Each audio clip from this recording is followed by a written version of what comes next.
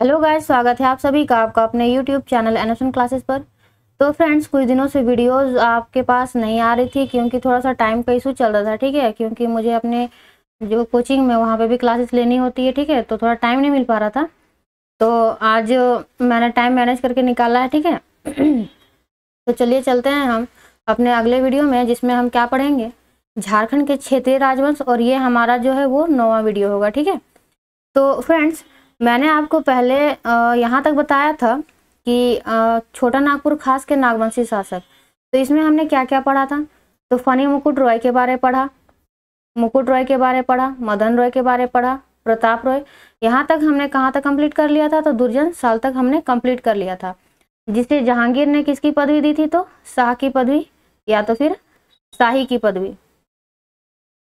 ठीक है, जब उन्होंने क्या किया था, तो हीरे की जो है वो असलियत की पहचान की थी। ठीक है, तो आगे जो आज हम पढ़ने वाले हैं वो रघुनाथ शाह के बारे पढ़ेंगे, राम शाह के बारे पढ़ेंगे, फिर यदुनाथ शाह, शिवनाथ शाह, उदयनाथ शाह और फिर श्याम सुंदर शाह।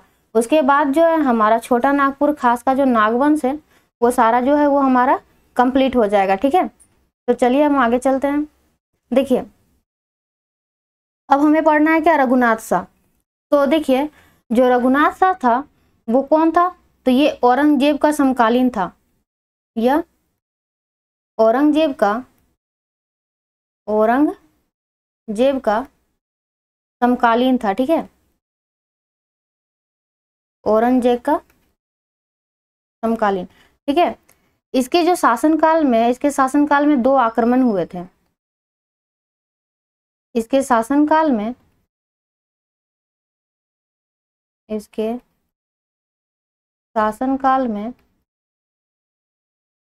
2 आक्रमण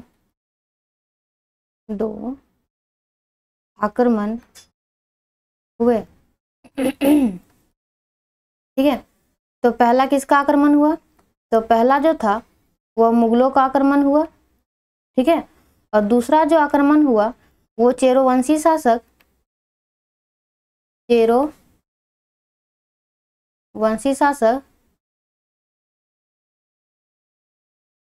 मेदिनी रॉय का था। ठीक है, तो देखिए फ्रेंड्स, ये जो चेरोवंशी शासक जो मेदिनी रॉय रहते हैं, ये क्या करते हैं, इन जो छोटा नागपुर खास के जो शासक होते हैं उनकी जो राजधानी थी क्या, तो लास्टली हमने पढ़ा था क्या, दोयसा पढ़ा था। ठीक है, तो दोयसा जो उनकी राजधानी रहती है वहां पे वो क्या करते हैं, आक्रमण कर देते हैं। ठीक है, वहां पे क्या करते हैं, तो आक्रमण कर देते हैं। कौन, ये चेरोवंशी शासक मेदिनी रॉय। ठीक है, मैं यहाँ पे लिख देती हूँ कि मेदिनी रॉय ने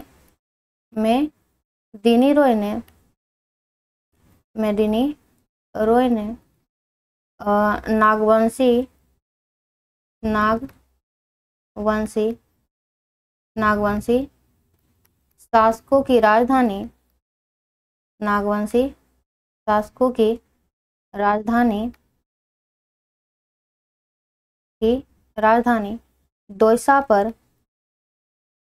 दोयसा पर आक्रमण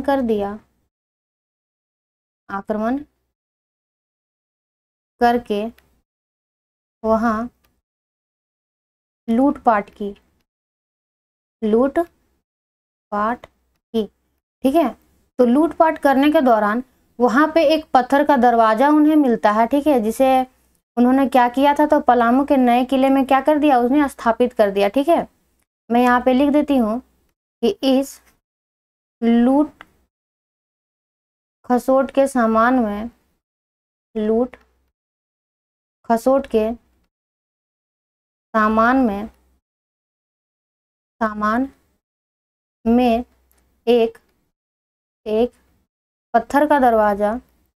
एक पत्थर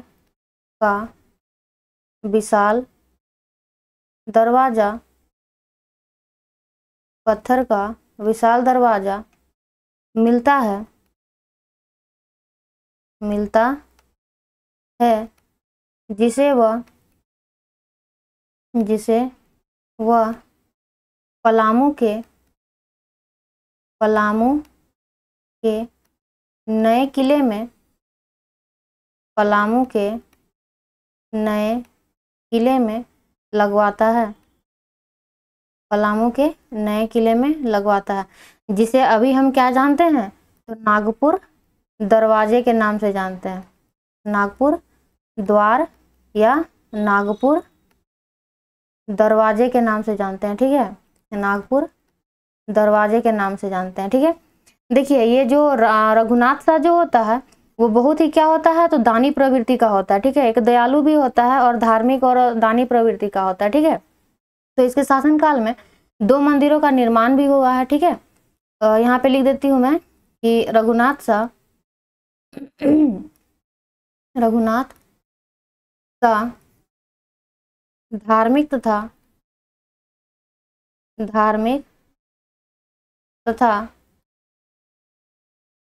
दानी प्रवृत्ति, एक मिनट,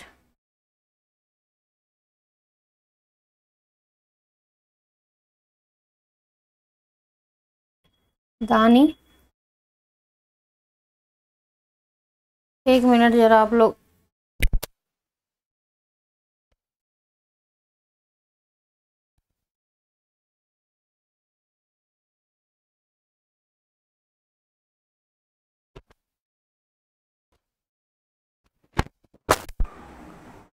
चलिए, धार्मिक तथा दानी प्रवृत्ति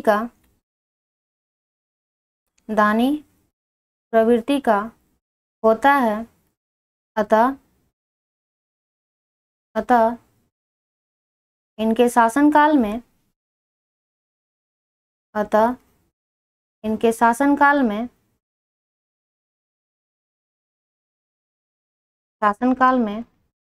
2 मंदिरों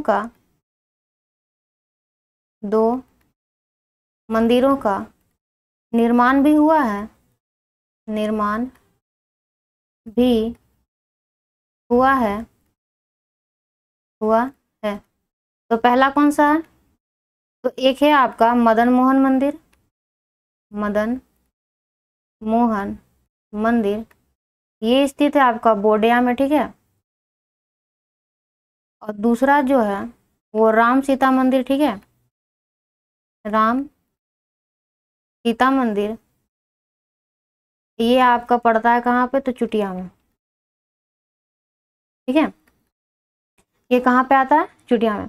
तो रघुनाथ शाह के बारे में इतना ही है जो क्या था, तो महत्वपूर्ण तथ्य था, ठीक है। चलिए अब हम आगे चलते हैं, तो राम शाह के बारे। तो राम शाह जो होता है ये रघुनाथ शाह के बाद राम शाह रघुनाथ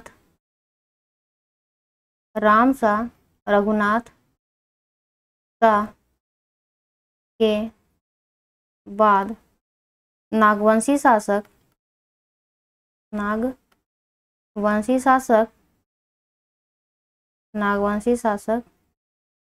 बनता है, ठीक है। इसका जो टाइम पीरियड होता है वो कितना होता है, तो 1690 से लेकर 1715 ईस्वी तक, 1690 से लेकर 1715 ईस्वी तक, ठीक है। ये जो रहता है थोड़ा आक्रामक प्रवृत्ति का होता है, कौन, तो राम शाह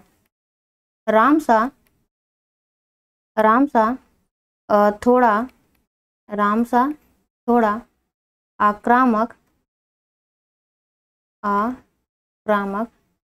प्रवृत्ति का होता है, आक्रामक प्रवृत्ति का होता है।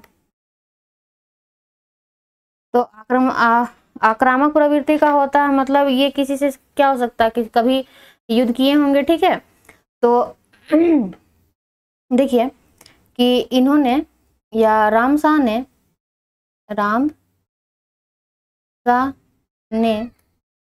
पलामू रीवा तथा सिंहभूम के राज्यों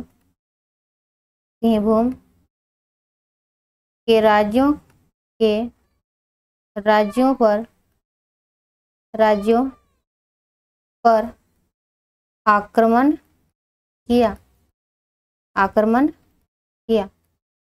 ठीक है। ये क्या था, तो ये थोड़ा इसे हम मैं हाईलाइट कर देती हूँ, ठीक है।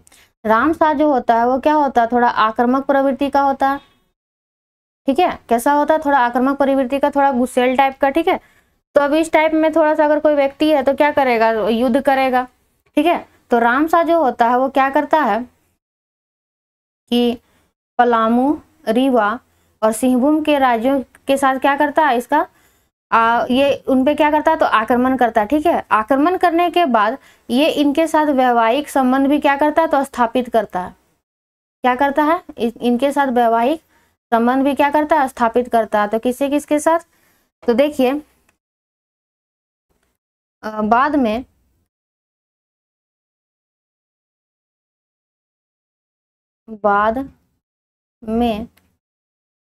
इन्होंने बाद में इन्होंने रीवा तथा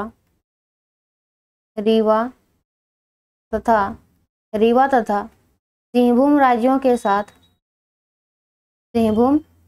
राज्यों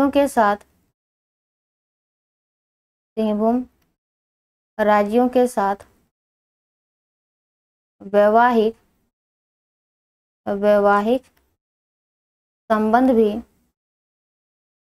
वैवाहिक संबंध भी स्थापित किया,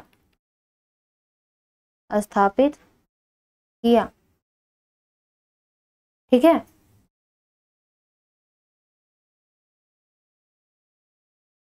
किनके साथ, तो रीवा और सिंहभूम राज्यों के साथ, ठीक है। चलिए आगे हम देखते हैं कि इनके भी शासनकाल में एक मंदिर का निर्माण होता है।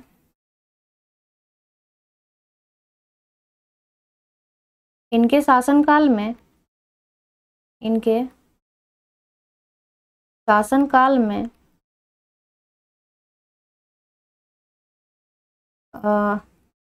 एक मंदिर का निर्माण होता है, एक मंदिर का निर्माण होता है, ठीक है। और वो मंदिर कौन सी होती है, तो कपिलनाथ मंदिर,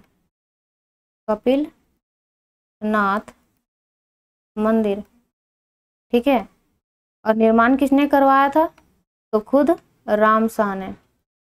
किसने करवाया था, रामशाह ने। कब, तो 1710 में, ठीक है। और ये जो मंदिर है ये कहाँ स्थित है, तो यह मंदिर दोयसा में स्थित है। कहाँ स्थित है, दोयसा में, ठीक है। जो नागवंशी शासकों की क्या थी, तो राजधानी थी। नागवंशी शासकों की राजधानी थी, ठीक है।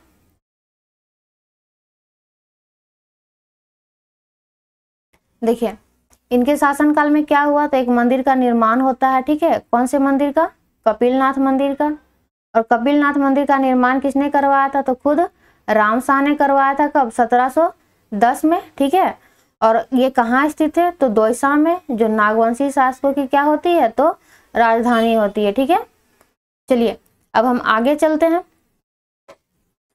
देखिए ये जो कपिलनाथ जो मंदिर है, इस मंदिर को एक नाम से जाना जाता है। मैं यहाँ पे लिख देती हूँ कि कपिलनाथ मंदिर को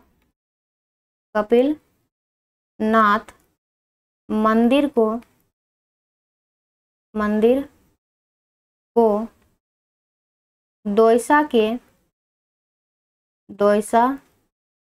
के प्रस्तर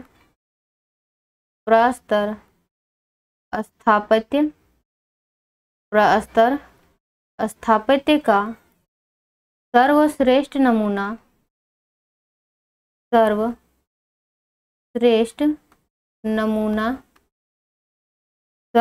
नमूना कहा जाता है, ठीक है।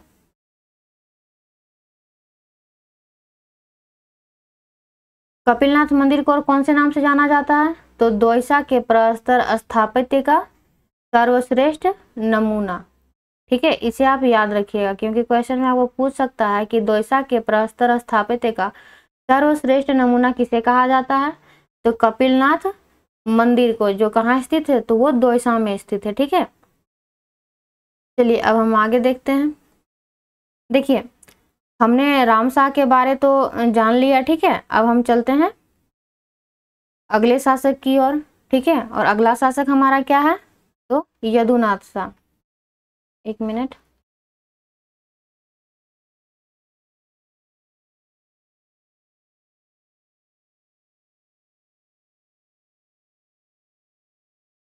अगला शासक कौन है हमारा, तो यदुनाथ शाह।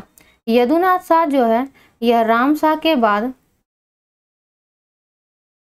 राम शाह के मृत्यु के बाद, मृत्यु के बाद यदुनाथ शाह, ये क्या लिखा गया, एक मिनट, यदुनाथ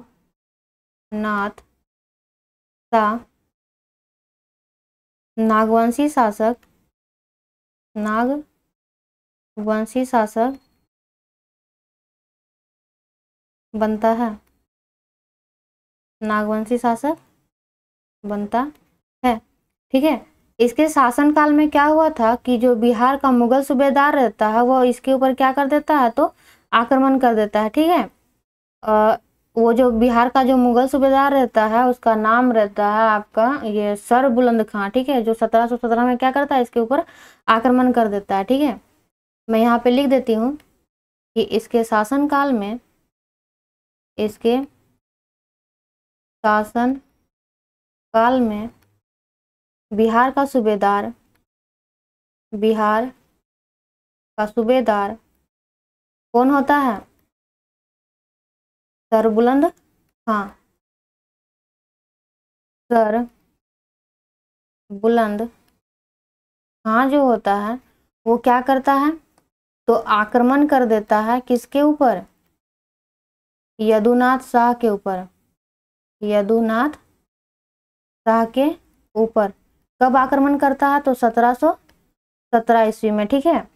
तो जब आक्रमण करता है तो यदुनाथ शाह, मान लीजिए इसमें आक्रमण कर दिया, और आप लोग को पता ही होगा कि मुगल जो थे अपने शासनकाल में क्या थे, तो बहुत ही ज्यादा ताकतवर थे, ठीक है। तो मान लीजिए ये तो हार गया। अब हारने से क्या होगा कि ये क्या करता है कि 1,00,000 रुपए, 1,00,000 रुपए, 1,00,000 रुपए सालाना, यानी कि साल में 1,00,000 रुपए कर के तौर पे क्या ये क्या करता है, ये देना स्वीकार करने लगता है, ठीक है। जब सर बुलंद खां जो आक्रमण कर देता है किसके ऊपर, तो यदुनाथ शाह के ऊपर, तो ये क्या करता है कि सालाना 1,00,000 रुपए कर के रूप में मुगल सूबेदार को देना क्या करता है, वो स्वीकार कर लेता है, ठीक है। और देखिए मान लीजिए कि अगर किसी की राजधानी है और वहां पे वो बार बार आक्रमण कर रहा है, तो वहां का जो शासक होगा वो क्या चाहेगा कि वहां की राजधानी अगर हम चेंज कर लें तो शायद जो आक्रमण कर रहे हैं उससे हम बच सकते हैं। तो इन्होंने भी क्या किया कि अपनी राजधानी चेंज कर ली, ठीक है। तो स्टार्टिंग में राजधानी क्या थी, दोईसा। स्टार्टिंग अभी जो मैंने पढ़ाया आपको नागवंशी शासक की जो राजधानी थी, मैंने आपको बताया अभी दोईसा, ठीक है, जहाँ पे आपकी जो कपिलनाथ मंदिर जो है वहां पे स्थित है, ठीक है। तो दोईसा से इन्होंने स्थापित करके अपनी राजधानी कहाँ कर ली, पालकोट में, ठीक है। कहाँ कर ली, पालकोट में। पालकोट में क्योंकि इन्हें क्या लगता था कि जो पालकोट है वो दोईसा की अपेक्षा क्या है, अधिक सुरक्षित होगी, ठीक है। इसकी वजह से इन्होंने क्या किया, अपनी राजधानी कहाँ कर ली, तो पालकोट में, ठीक है। ये इनकी राजधानी बन गई, ठीक है। चलिए अब हम आगे देखते हैं शिवनाथ शाह के बारे, ठीक है। यह क्या रहता है, तो यदुनाथ शाह का क्या होता है, उत्तराधिकारी होता है। यह यदुनाथ शाह का, यदुनाथ शाह का उत्तराधिकारी,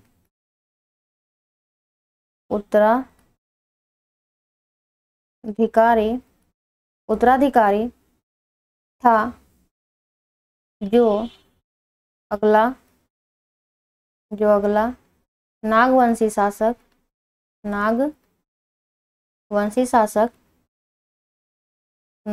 शासक बनता है, नागवंशी शासक बनता है। इसके शासनकाल में जो बिहार का सूबेदार होता है, बिहार का सूबेदार कौन होता है, बिहार का सूबेदार उस समय कौन होता है? फखरुद्दौला। कौन होता है? एक मिनट, फखरुद्दौला। ठीक है, ये क्या करता है? ये छोटा नागपुर क्षेत्र में आक्रमण कर देता है। कहाँ आक्रमण कर देता है? छोटा नागपुर क्षेत्र पर। छोटा नागपुर क्षेत्र पर क्या करता है? आक्रमण कर देता है। ठीक है, तो आक्रमण करने के बाद जो शिवनाथ शाह जो होते हैं,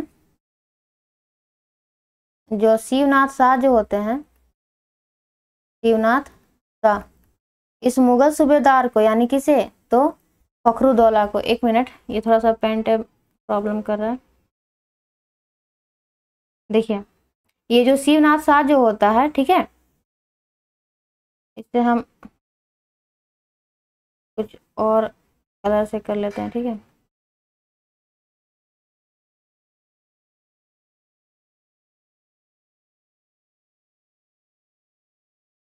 देखिए, ये जो शिवनाथ शाह जो रहता है वो क्या करता है? तो फखरुद्दौला को। तो फखरुद्दौला क्या होता है?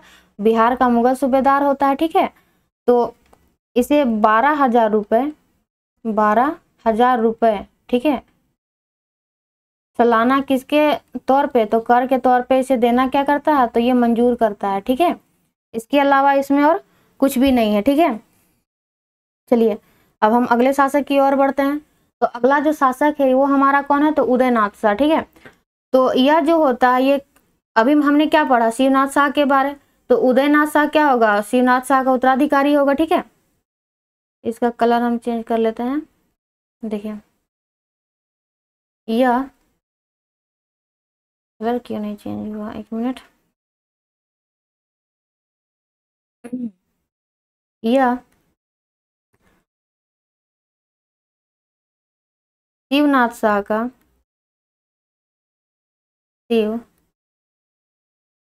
यह शिवनाथ शाह का उत्तराधिकारी होता है। उत्तराधिकारी होता है। और इसके शासन काल में बिहार का जो मुगल सूबेदार कौन होता है? एक मिनट, बिहार का मुगल सूबेदार नहीं, बिहार का सूबेदार। ठीक है, बिहार का सूबेदार कौन होता है? तो अलीवर्दी खां। अलीवर्दी खां। ठीक है, अलीवर्दी खां होता है। तो देखिए, उदयनाथ शाह के समय भी क्या करेगा? ये अलीवर्दी खां जो है वो क्या करेगा? टैक्स क्या करेगा? वसूल करेगा। ठीक है, तो टैक्स जब वसूल करेगा तो डायरेक्टली ये इसे नहीं लेगा। ठीक है, मतलब उदयनाथ शाह से डायरेक्टली ये नहीं लेगा। इसमें आपका एक टेकारी के एक जमींदार आते हैं जिनका नाम होता है क्या? तो सुंदर सिंह। ठीक है, बिहार के जो सूबेदार हैं अलीवर्दी खां क्या करते हैं? तो टेकारी के जमींदार से, टेकारी के जमींदार कौन? सुंदर सिंह। ठीक है, और एक आपके आते हैं कौन? रामगढ़ के शासक, विष्णु सिंह।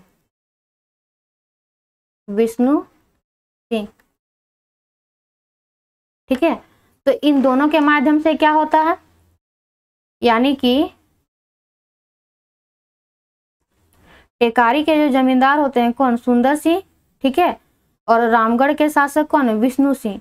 इन दोनों के माध्यम से क्या होता है? जो उदयनाथ शाह का जो टैक्स होता है वो किसको पे किया जाता है? तो अलीवर्दी खां को। ठीक है, आपको उदयनाथ शाह में बस इतना ही पढ़ना है और आपको याद रखना है क्या कि उस समय टेकारी के जमींदार कौन थे? तो सुंदर सिंह। और रामगढ़ के शासक कौन थे? तो विष्णु सिंह। ठीक है, और इन्हीं के थ्रू क्या होता था? अलीवर्दी खां को टैक्सेशन जो है वो पे किया जाता था। कौन वाला? तो उदयनाथ शाह का भी, और इन लोग जो थे इन लोग का भी। ठीक है, चलिए अब हम आगे देखते हैं। आगे जो हमारा अगला शासक है वो है कौन? तो श्याम सुंदर शाह। तो यहाँ ये थोड़ा सा आपका यहाँ से 2-3 क्वेश्चन बन सकता है। ठीक है, जो श्याम सुंदर शाह जो है, एक मिनट, इसका मुझे कलर चेंज करने के लिए दीजिए, एक मिनट। जो श्याम सुंदर शाह जो होते हैं, यह उदयनाथ शाह के, उदयनाथ शाह, उदयनाथ शाह का उत्तराधिकारी होता है,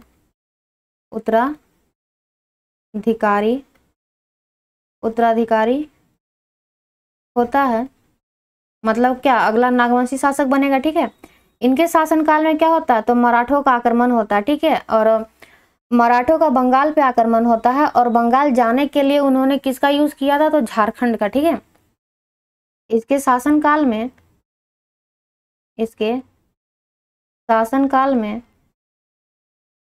शासनकाल में मराठों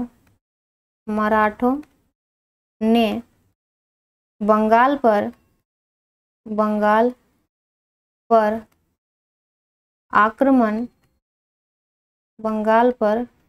आक्रमण हेतु कई बार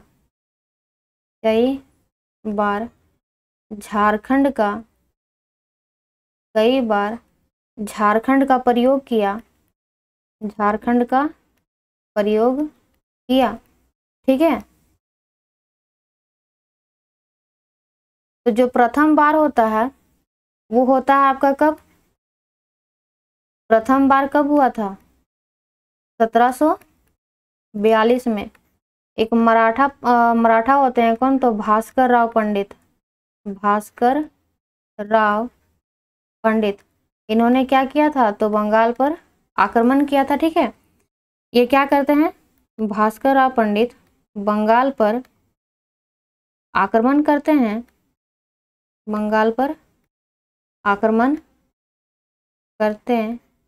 हैं, ठीक है।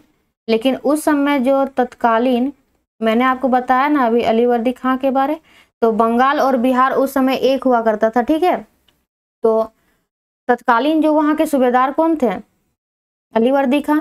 तो तत्कालीन जो नवाब जो थे, तत्कालीन नवाब अलीवर्दी खां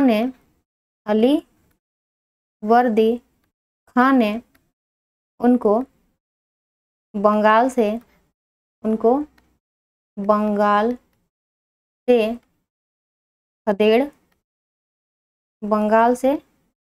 खदेड़ दिया, ठीक है। जो ये भास्कर राव, जो, एक मिनट इसे चेंज कर लेते हैं जरा, देखिए ये जो भास्कर राव जो पंडित होते हैं वो क्या करते हैं बंगाल पर आक्रमण करते हैं, ठीक है। और उस दौरान वहां के नवाब कौन थे, अलीवर्दी खां। तो अलीवर्दी खां इन्हें क्या करते हैं, बंगाल से क्या करते हैं, इन्हें भगा देते हैं। लेकिन अगली बार क्या होता है, यही प्रोसेस कौन अपना लेता है, तो 1743 के लगभग एक आपका जो नाम है कौन, रघुजी भोसले, ये भी क्या करता है, तो यही हरकत करता है, ठीक है।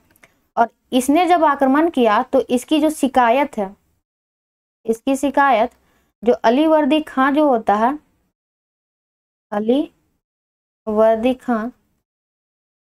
अलीवर्दी खां शिकायत किसको कर देता है, तो पेशवा बालाजी,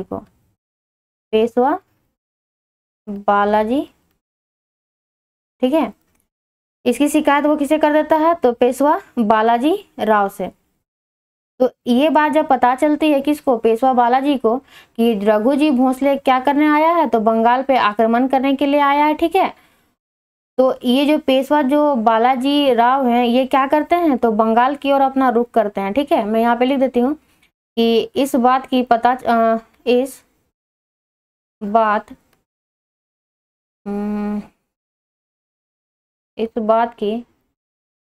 चलने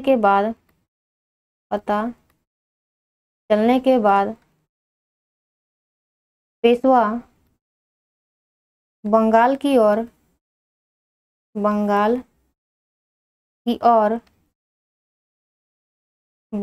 ओर अपना रुख करते हैं, यानी बंगाल की ओर जाते हैं, बंगाल की ओर रुख करते हैं।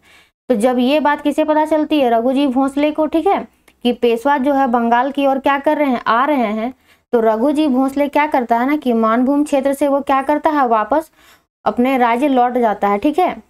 तो रघुजी भोसले को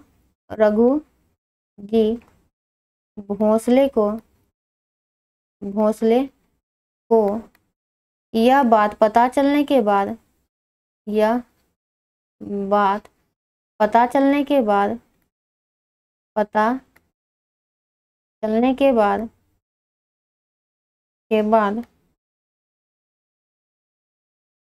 रघुजी भोसले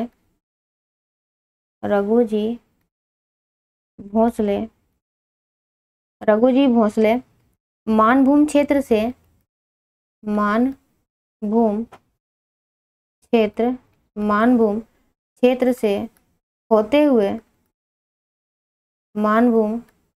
से होते हुए अपने राज्य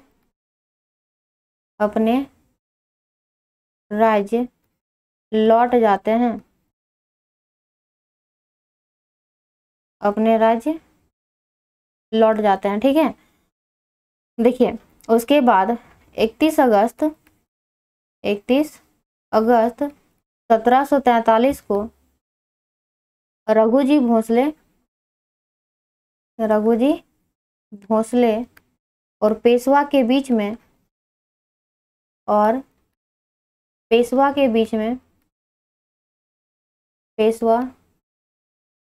में एक समझौता होता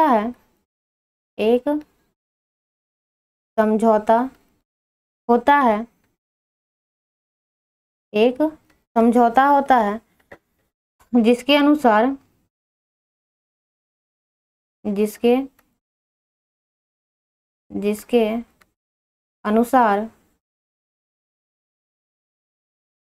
झारखंड क्षेत्र पर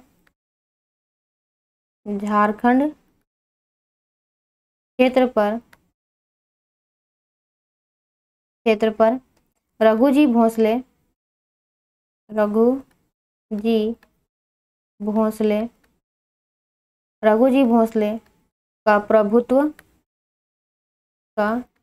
प्रभुत्व स्थापित हो जाता है, ठीक है। देखिए मैंने आपको बताया क्या कि श्याम सुंदर शाह के समय क्या होता है, तो मराठों का जो है वो बंगाल पर आक्रमण शुरू हो जाता है, और मराठे जो है बंगाल पे आक्रमण करने के दौरान झारखंड का क्या करते हैं, यूज करते हैं। और इसी दौरान क्या होता है, 1742 में जो भास्कर राव पंडित होते हैं वो बंगाल पे आक्रमण कर देते हैं और उन्हें अलीवर्दी खां क्या करते हैं, वहां से खदेड़ देते हैं। और वही चीज दोबारा कौन रिपीट करता है, तो रघुजी भोसले, ठीक है, जिसकी शिकायत किसने कर देती, रघुजी भोसले जो है, और जब वो आक्रमण करते हैं तो अलीवर्दी खां जो है वो उसकी शिकायत कर देते हैं, किससे, पेशवा बालाजी राव से। तो पेशवा बालाजी राव को जब ये बात पता चलता है कि रघुजी भोसले क्या कर रहे हैं, तो बंगाल पे आक्रमण कर रहे हैं, तो वो क्या करते हैं, बंगाल की ओर अपना रुख करते हैं, वहां जाते हैं। और यह बात पता चलने के बाद जो रघुजी भोसले है वो मानभूम क्षेत्र वर्तमान का धनबाद क्षेत्र है, ठीक है, वहां से होते हुए क्या करते हैं, तो अपने राज्य वो लौट जाते हैं। और फिर 31 अगस्त 1743 को क्या होता है कि रघुजी भोसले और पेशवा के बीच में क्या होता है, एक संधि होती है, एक समझौता होता है, जिसके अनुसार क्या होता है कि झारखंड क्षेत्र पर रघुजी भोसले का प्रभुत्व स्थापित हो जाता है, ठीक है। तो ये जो था हमारा नागवंशी शासक का लास्ट था, ठीक है, जैसा मैंने आपको पहले पिछले स्लाइड में आपको दिखाया होगा। 1 मिनट मैं फिर से आप लोगों को दिखा देती हूँ।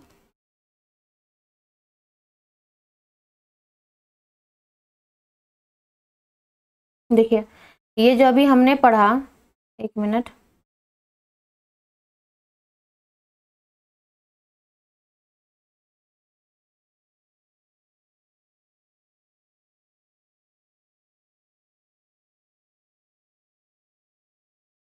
अभी हमने पढ़ा लास्ट क्या, श्याम सुंदर शाह के बारे, ठीक है।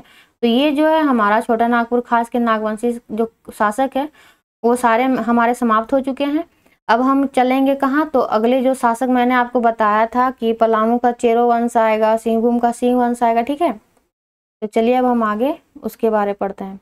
देखिए यहाँ जो झारखंड का जो क्षेत्रीय राजवंश है, 1 मिनट, बार बार ये पेन सिलेक्ट करने के लिए आ जा रहा है।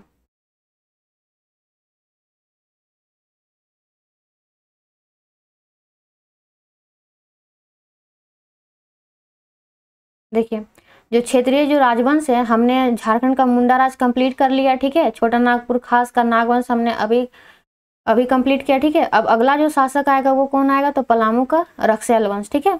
चलिए अब हम उसे पढ़ते हैं। देखिए, पलामू का रक्सैल वंश, ठीक है। देखिए, अब पहले हम क्या करते हैं, एक झारखंड का छोटा सा एक हम इमेज क्या करते हैं, ड्रॉ कर लेते हैं, ठीक है। चलिए मैं भी ट्राई करती हूँ, आप भी अपने कॉपी पे ट्राई कीजिए, ठीक है। यहाँ साइड में बना लेते हैं ताकि लिखने को तो जगह बच जाए।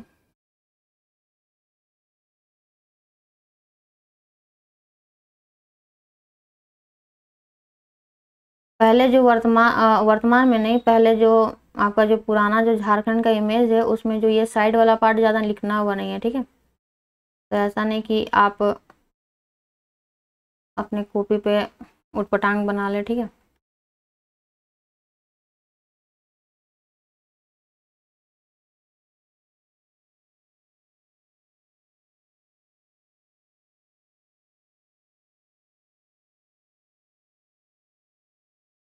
लगभग यही है, ठीक है। तो पलामू का रक्सैल वंश, तो पलामू का जो क्षेत्र आएगा वो कहाँ पे आएगा, ये वाला, ठीक है। तो पलामू के जो रक्सैल वंश है, उनका जो स्थान कह सकते हैं वो दक्षिण पूर्वी भाग में था। तो दक्षिण पूर्वी भाग कौन सा होगा, ये वाला, ये एरिया, ठीक है। तो यही जो था, यहाँ पे क्या है आपका, पलामू का रक्सैल वंश, पलामू का रक्सैल वंश, ठीक है। देखिए, देखते हैं हम यहाँ पे, या यहाँ पे आप लिख सकते हैं पलामू राज, ठीक है। छोड़िए, हम ही लिख देते हैं पलामू का रक्सैल वंश या पलामू राज, ठीक है। चलिए देखते हैं। देखिए, पलामू के जो रक्सैल वंश थे ना, ये अब प्रारंभ में अपने आप को क्या कहते थे, ये अपने आप को राजपूत कहते थे। क्या कहते थे, राजपूत कहते थे, ठीक है। मैं यहाँ पे लिख देती हूँ कि प्रारंभ में पलामू जो था, प्रारंभ में पलामू रक्सैलों के प्रभाव में, रक्सैलों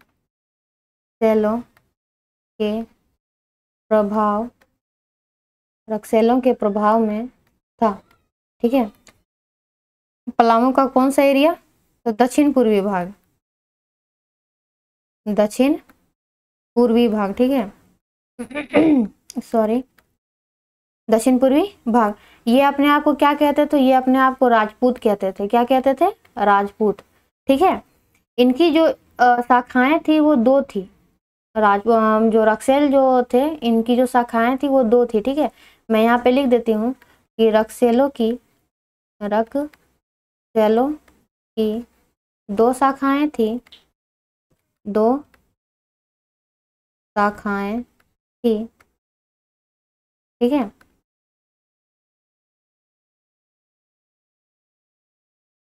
पहला क्या था, तो पहला जो था वो देवगन था, और दूसरा क्या था, तो दूसरा था कुंडेलवा,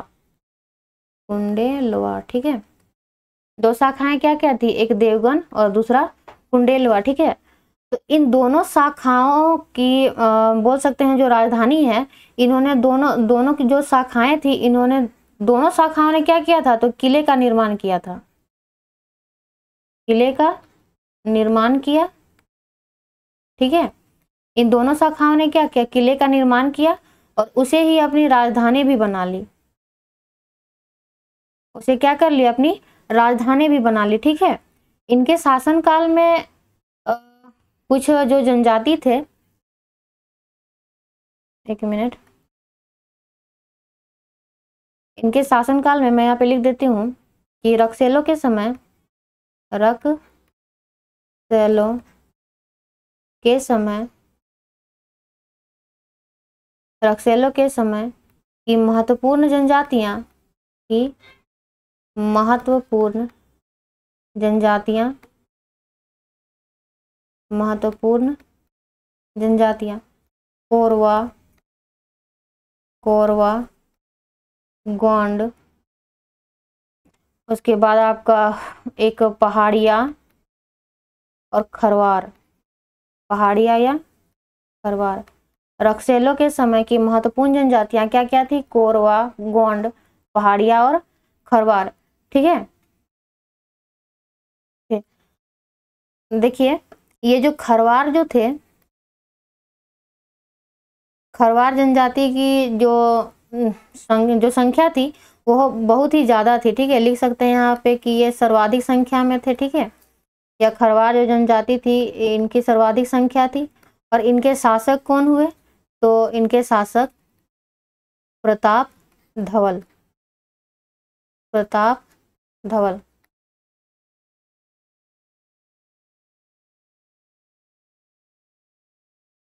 ठीक है, इनके शासक कौन हुए? तो प्रताप धवल। ठीक है, रक्सेल जो रहते हैं वो पलामू में बहुत लंबे समय तक शासन करते हैं, लेकिन उनके शासन में क्या बोलते हैं कि ग्रहण लग जाता है। ठीक है, तो ग्रहण कब लगता है? जब चेरोवंशी शासक यहाँ पे क्या करते हैं, यहाँ पे आके उनको अपदस्थ कर देते हैं। ठीक है, मैं यहाँ पे लिख देती हूँ कि रक्सेलों ने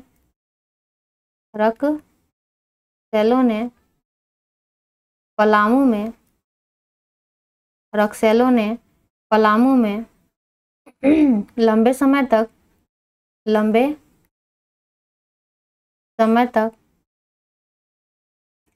समय तक शासन किया। ठीक है, 16वीं सदी के आरंभ में, 16वीं सदी के आरंभ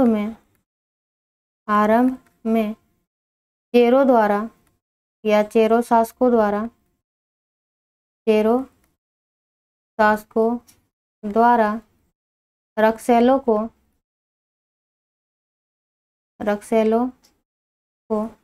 अपदस्थ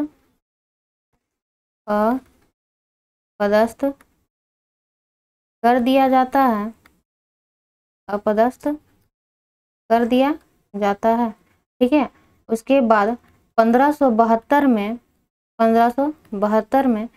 चेरो शासकों ने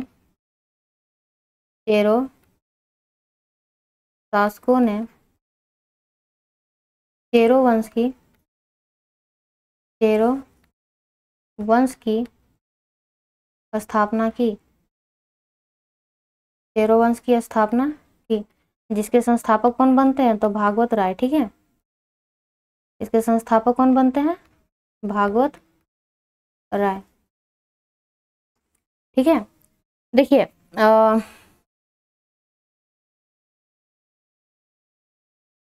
क्या हो गया ये, देखिए पलामू के जो रक्सेल वंश थे, ठीक है, मैंने आपको मैप में दिखाया कि इसका जो क्षेत्र होगा ये इस जगह पे होगा। ठीक है, और यहाँ पे भी कहाँ? तो दक्षिण पूर्वी में। ठीक है, और ये अपने आप को प्रारंभ में अपने आप को क्या कहते थे? तो राजपूत कहते थे। और इनकी 2 शाखाएं थी, देवगन और कुंडेलवा, जहाँ पे इन्होंने किले का निर्माण करवाया और वहीं पे क्या बना ली? अपनी राजधानी। ठीक है, और इनके समय की महत्वपूर्ण जनजातियां क्या थी? कोरवा, गोंड, पहाड़िया और खरवार। खरवारों की जो संख्या थी वो सर्वाधिक थी। और इनके शासक कौन थे? तो प्रताप धवल। शासक कौन थे? प्रताप धवल। ठीक है, रक्सेल जो रहते हैं बहुत ही समय तक पलामू में शासन करते हैं, लेकिन 16वीं सदी के आरंभ तक जो चेरो शासक जो रहते हैं वो आकर यहाँ क्या करते हैं? रक्सेलों को अपदस्थ कर देते हैं और पलामू में खुद क्या करते हैं? चेरो वंश की स्थापना करते हैं, जिसके संस्थापक कौन बनते हैं? तो भागवत राय। ठीक है, तो फ्रेंड्स उम्मीद करती हूँ कि आप लोग को ये जो सीरीज है अच्छा लगता होगा। ठीक है, और अभी जो मैंने पढ़ाया वो आपको क्या होगा? समझ में आया होगा। ठीक है, अगर आपको इसके अलावा कुछ और भी चाहिए झारखंड में, जैसे झारखंड की कला और संस्कृति, तो आप हमारे कमेंट बॉक्स में कमेंट करके बता सकते हैं। ठीक है, तो मैं उसी के अकॉर्डिंग क्या करूँगी कि वीडियो बनाऊँगी, ताकि आपका जो मतलब चाहत है वो क्या हो कि फुलफिल हो। ठीक है, और आपका एग्जाम में सिलेक्शन हो जाए। ठीक है, इतना देर तक बने रहने के लिए आप लोग का थैंक यू। ठीक है, मिलते हैं नेक्स्ट वीडियो में, तब तक के लिए बाय बाय, टेक केयर।